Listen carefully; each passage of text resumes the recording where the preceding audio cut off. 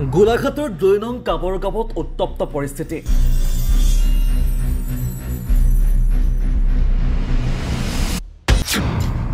দুটা ফৈদৰ মাজত চলিছে শিলগুটিৰ আক্ৰমণ।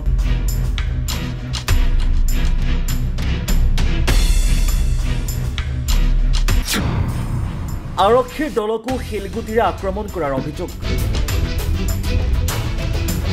জানিব পৰা মতে কাবৰগাঁৱৰ আব্দুল আলী নামৰ এজন যুৱকে চোকা অস্ত্ৰৰে যোৱা ৩ জানুৱাৰীত গাঁওখনেৰে শ্বৰীফ আলী নামৰ যুৱকজনৰ পৰিয়ালৰ ৩গৰাকী লোকক আক্ৰমণ কৰি আঘাতপ্ৰাপ্ত কৰিছিল।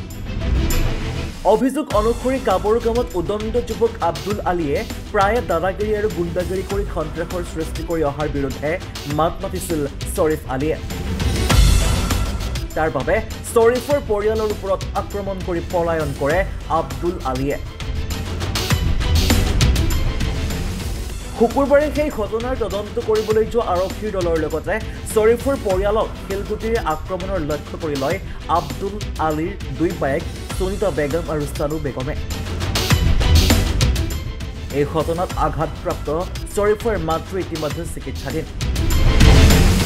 পলাতক অৱস্থাত থকা আব্দুল আলীক অতি শীঘ্ৰে কৰায়ত্ব কৰিবলৈ আহ্বান জনাইছে গাঁওখনৰ ৰাইজে।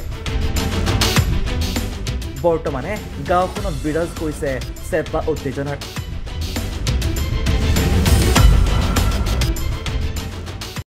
আব্দুল আলী আপোনাৰ মানিক দাস আলীৰ পুত্ৰ যিজন আব্দুল আলীয়ে আপোনাৰ সকলো টাইমতে আপোনাৰ মানে পেকেটত বা জেকেটৰ পকেটতে হওক বা অন্যান্য যিকোনো পকেটতে আপোনাৰ এখন খুকুৰি লৈ ফুৰে আৰু সি সকলোকে মানে আক্ৰমণ কৰি ফুৰে। আজিৰ পৰা প্ৰায় 2বছৰমানৰ আগতে আপোনাৰ গোলাঘাট বাণিজ্য মহাবিদ্যালয়তো আপোনাৰ ল'ৰা দুজনক আপোনাৰ খুকুৰি মাৰি সি আক্ৰমণ কৰে।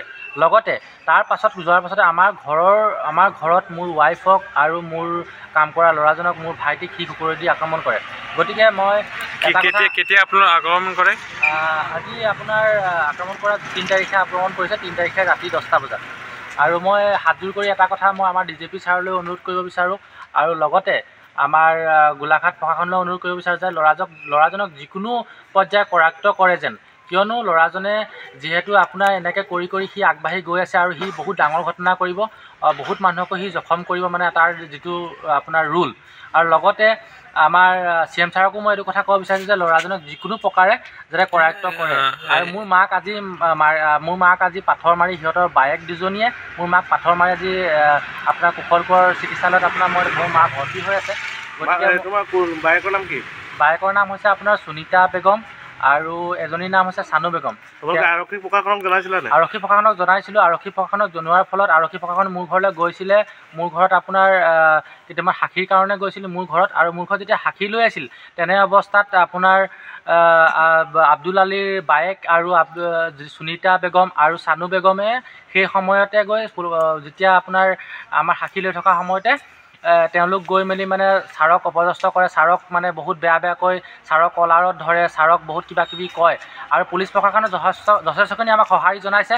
কিন্তু মই এইটো কথা অনুৰোধ কৰোঁ যাতে আৰু আমাক সহায় কৰি যাতে এটা আমাক উচিত বিচাৰ কৰি দিয়ে, আমাক ন্যায় কৰি দিয়ে আৰু ল'ৰাজনক অতি সোনকালে কৰায়ত্ব কৰি যাতে এনে কাৰ্যকলাপ আৰু নেক্সট নকৰে। কোন জেগাত হৈছিলে ঘটনাটো হৈছিলে 2 নং কাবৰগাঁও PHC ওচৰত।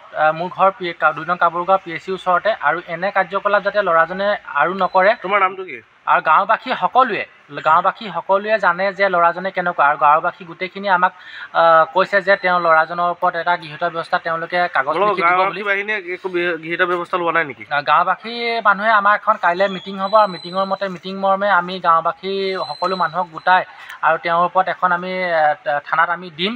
আৰু আমি আমাৰ সদৰ থানাৰ মুৰব্বী বিষয়া আমাৰ ছাৰক আমি অনুৰোধ কৰোঁ যে ছাৰে এটা উচিত তদন্ত কৰি ল'ৰাজনক কৰায়ত্ব খুব সোনকালে কৰে। আৰু আমাৰ ঘৰতো কৈছে আমাৰ ঘৰ জ্বলাই দিম, অন্যথা আমাক খুকুৰি মাৰি আক্ৰমণ কৰিব বা আমাক মাৰি পেলাম বুলি আমাক বহুত ভাবুকি দিছে। আৰু সিহঁতি প্ৰত্যেকটো ক্ষেত্ৰতে মানে যিকোনো বেয়া কেছ আমাৰ ওপৰত জাপি দিয়ে। কি আপোনালোকৰ ল'ৰাটোৰ নামটো কি? ল'ৰাটোৰ নাম হৈছে আব্দুল আলী, আৰু আব্দুল আলী তেওঁ মানিক দাস আলীৰ পুত্ৰ। আজি যে পুলিচক বহুত আছে, আৰু তেওঁৰ থানাত আপোনাৰ প্ৰায় 50খনৰ অধিক তেওঁৰ হয়তো কেছ আপোনাৰ থানাত অলৰেডি আছে, আৰু কোৰ্টতো তেওঁৰ কেছ চলি আছে। গতিকে মোৰ নামটো হৈছে শ্বৰীফ আলী। আৰু গতিকে মই সকলোকে মই এইটোৱে আহ্বান জনাওঁ যাতে আপোনালোকে পাব্লিকে বা ৰাইজে সকলোৱে মিলি যাতে এই ল'ৰাজনক খুব সোনকালে কৰায়ত্ব কৰে বা পুলিচ প্ৰশাসনক জনায়।